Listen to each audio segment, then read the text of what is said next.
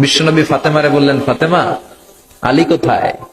ফাতেমা বলল, আপনার জামাই আলী আমার সাথে ঝগড়া করে বাইরে গেছে। বিশ্বনবীর চেহারাটা আগুনের গোলার মতো লাল হয়ে গেল। বিশ্বনবী ডেকে বললেন, ফাতেমা, তুমি বিশ্বনবীর মেয়ে হতে পারো, কিন্তু আলী তোমার স্বামী। আলী যদি তোমার উপর নাখোশ থাকে, জান্নাতের দরজা তোমার জন্য খুলবে না। কোথায় গেছে আলী, কোথায়?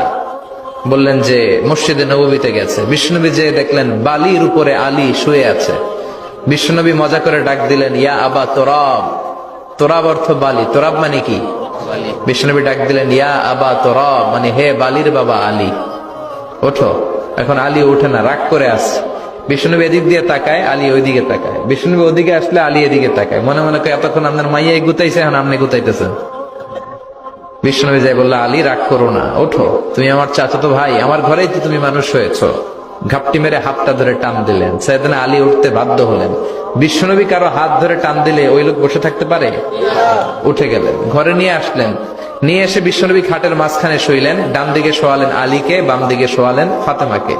এবার মেয়ের জামাইকে আর মেয়েকে বুঝাতে লাগলেন, নসিহত করতে লাগলেন, গল্প শোনাতে লাগলেন। কি রোমান্টিক শ্বশুর! এরকম রোমান্টিক শ্বশুর পৃথিবীতে দ্বিতীয়টা খুঁজে পাওয়া যাবে? সুবহানাল্লাহ পড়েন। বিশ্বনবীর কাজই ছিল ঝগড়া লাগলে এরকম মিলায়া দেওয়া। কি করা? মিলায়া দিবেন।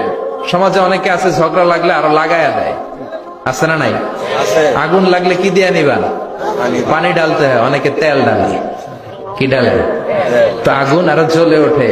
বিশ্বনবী বললেন, না, খবরদার, ইসলাহু যাতিল বাইন, মিলায়া দিবেন। স্বামী স্ত্রীর ঝগড়া মিলায়া দেন, ভাইয়ে ভাই কোপাকুপি মিলায়া দেন।